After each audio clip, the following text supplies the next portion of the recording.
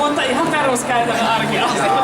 Availe ovia ja painelee hissin nappuloita ja aamupesut.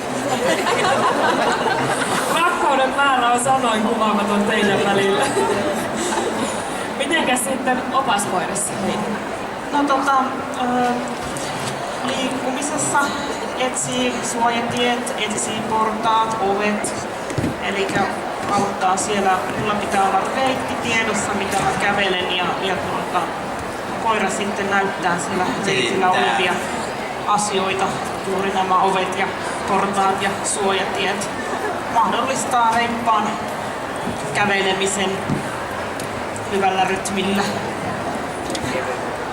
Mitenkä sitten millaisia oikeuksia opas- ja avustajakoirilla on, koska tiedän, että te pääsette koirien kanssa sellaisiin paikkoihin, mihin monet tai muut ei koirien kanssa pääse, niin kertoisitteko hieman näistä?